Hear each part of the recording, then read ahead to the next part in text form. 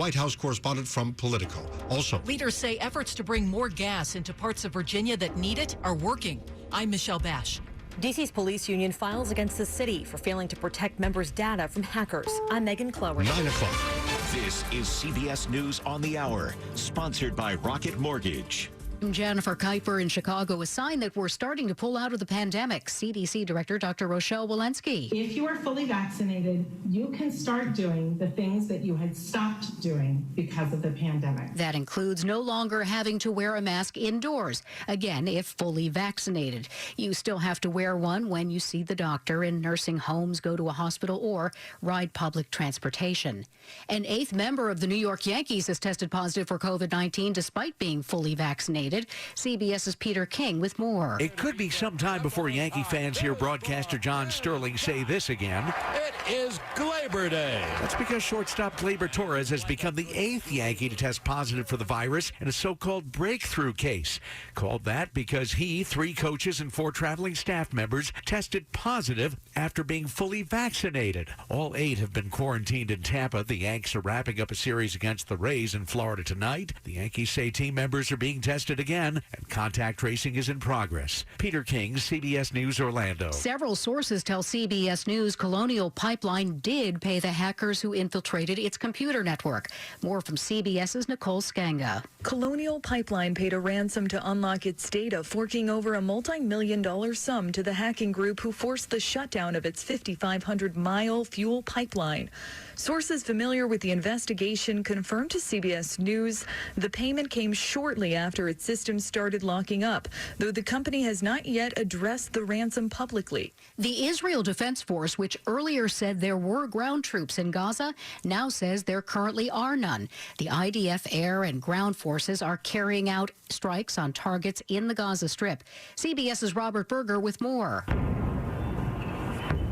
Israel pounded Gaza with tanks and artillery for the first time, marking a further escalation. Palestinian rockets are continuing to rain down on Israel amid riots in mixed Israeli cities. 3 rockets were fired at Israel from Lebanon, raising fears that the conflict could spread. Robert Berger, CBS News, Jerusalem. An active duty Marine Corps officer has been charged in the Capitol riot. CBS's Jeff Pegues. In response to the major's arrest, the Marine Corps said today that there is no place in the force for racial hatred or extremism and vowed to assist investigators if called upon.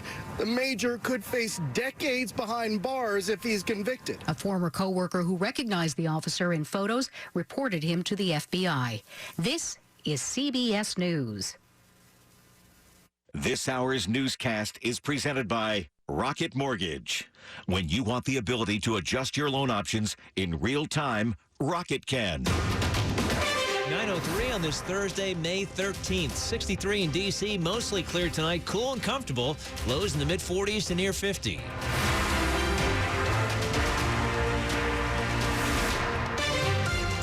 And good evening, I'm Ken Duffy. The top local stories we're following this hour. As you heard during the top of the hour newscast from CBS News, the nation today took a big step toward a return to normal, at least for those who are fully vaccinated. The CDC says people who are fully vaccinated against COVID no longer need to wear masks or social distance in most circumstances. One notable exception is in crowded indoor settings like buses, planes, hospitals, prisons, and homeless shelters. But state and local guidelines still take precedence over these recommendations. And here's what Maryland, Virginia, and D.C. tell us. A spokesperson for Virginia Governor Ralph Northam says while they are still reviewing the guidance, it reinforces the importance of getting vaccinated. In their words, vaccines are our pathway out of this pandemic, and they are how we can all get back to doing what we love.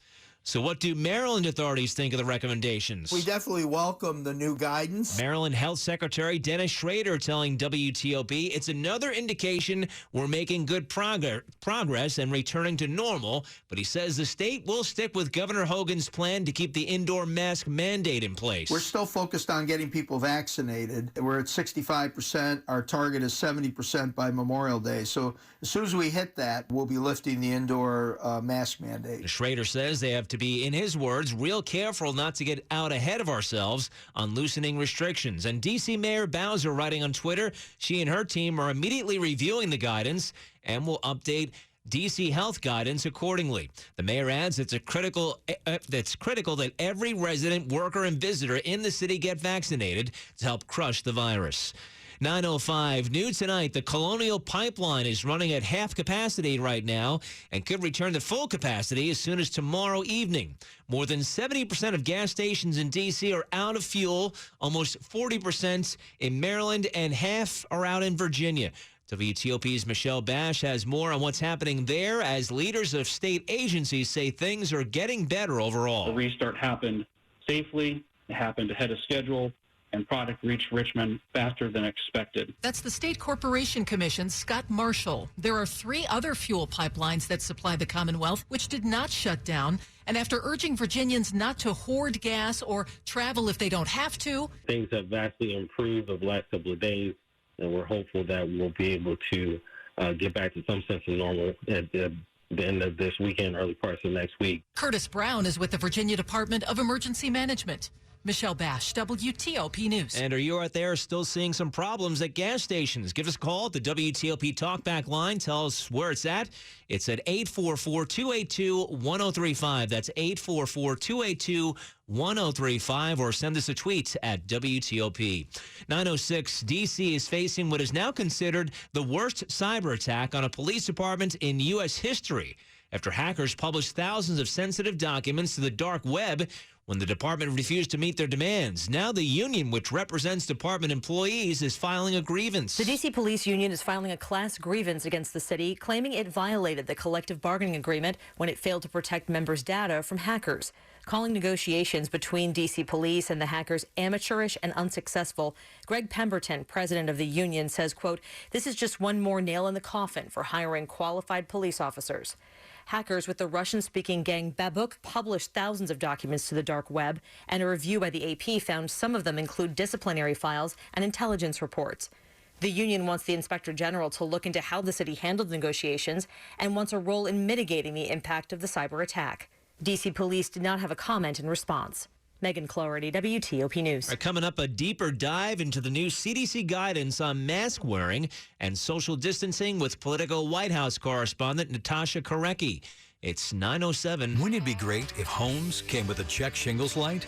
Well, they don't. And if you have an older roof, it may need to be replaced before the next big storm ends up in your living room. Long Roofing, a trusted name for over 75 years, can give you peace of mind in a storm-free living room. Long Roofing does it all, from expert installation to easy financing. Schedule a free consultation today at longroofing.com. That's longroofing.com.